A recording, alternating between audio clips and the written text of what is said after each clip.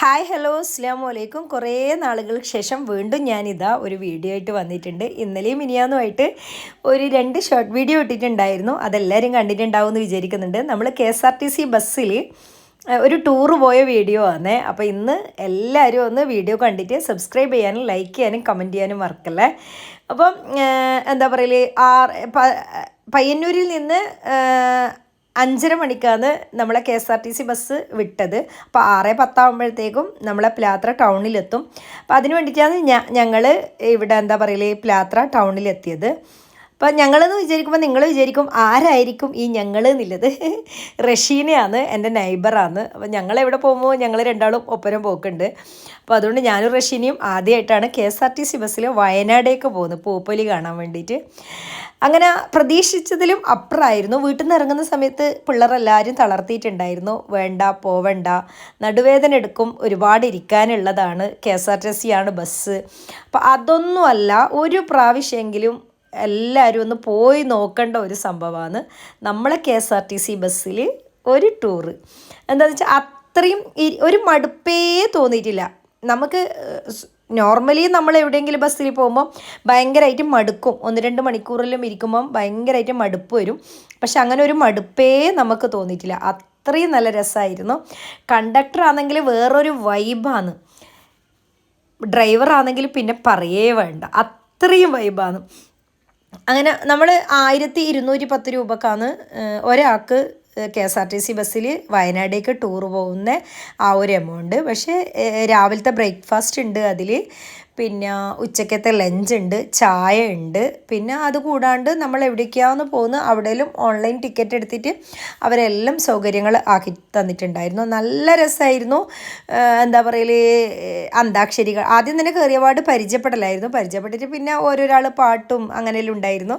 പിന്നെ കുറേ സമയം കഴിഞ്ഞിട്ട് അന്താക്ഷരി കളിച്ചിട്ടുണ്ടായിരുന്നു.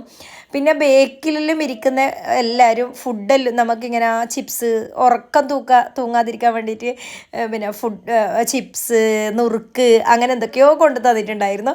നമ്മൾ 27 ആൾക്കാരാണേ പോയത്.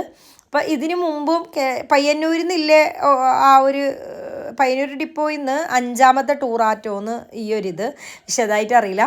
എന്നാലും നല്ല രസമായിരുന്നു, അടിപൊളിയായിരുന്നു. അടുത്തത് ഗവിയിലേക്ക് പോകണമെന്നുണ്ട്. അപ്പം എന്തായാലും ഇൻഷാ അല്ലാ ഫെബ്രുവരിയിൽ ഞാൻ വേറൊരു ടൂറ് പോകുന്നുണ്ട് ഡൽഹിയിലേക്ക്. അപ്പോൾ അത് കഴിഞ്ഞിട്ട് വന്നിട്ട് ഇനി KSRTC ബസ്സിൽ ഗവിയിലേക്ക് ഒന്ന് പോകണം. അത് എൻ്റെ ഭയങ്കര ആഗ്രഹമാണ്. കുറേ നാളുകളായി എനിക്ക് എന്താ പറയൽ മറ്റേ സിപ്പ് ലൈനിൽ പോകണമെന്ന് ഭയങ്കര ആഗ്രഹമായിരുന്നു. കുറേ നാളായി ഇൻസ്റ്റയിലെല്ലാം റീൽസെല്ലാം കണ്ടു കഴിഞ്ഞാൽ ഭയങ്കര ഒരു ആഗ്രഹമായിരുന്നു സിപ്പ് ലൈനിൽ ഇങ്ങനെ കയറണം എന്നുള്ളത്. അപ്പോൾ ആ ഒരു ആഗ്രഹം പോലും സാധിച്ചത് നമ്മളെ KSRTC ബസ്സിൽ ഇങ്ങനെ ടൂറ് പോയപ്പോഴാണ്. ഫാമിലീൻ്റെ കൂടെയും ഹസ്ബൻഡിൻ്റെ കൂടെ, മക്കളുടെ കൂടെ, സോളോ ട്രിപ്പ്, ഒറ്റക്ക് എല്ലാം ടൂറ് പോയിട്ടുണ്ടായിരുന്നു. പക്ഷേ ഈ ഒരു ടൂറ് എന്ന് പറയുന്നത് ഭയങ്കര എന്താ പറയല്, പല ദിക്കുന്നും വന്ന പയ്യന്നൂർ ഭാഗത്തു നിന്ന് തന്നെ പല ദിക്കുന്നും വന്ന ഫാമിലിയാണ് ഉണ്ടായത്. 27 ഫാമിലിയാണ് ഉണ്ടായത്. അതിൽ നിന്നും എന്താ പറയുക എല്ലാവരെയും പരിചയപ്പെടാൻ പറ്റി. ഒരുപാട് സൗഹൃദങ്ങൾ ഉണ്ടായി. ഭയങ്കര ഇഷ്ടമായിരുന്നു. എല്ലാവരും നല്ല സ്വഭാവത്തിൽ നല്ല ആൾക്കാരായിരുന്നു. നല്ല രസമായിരുന്നു.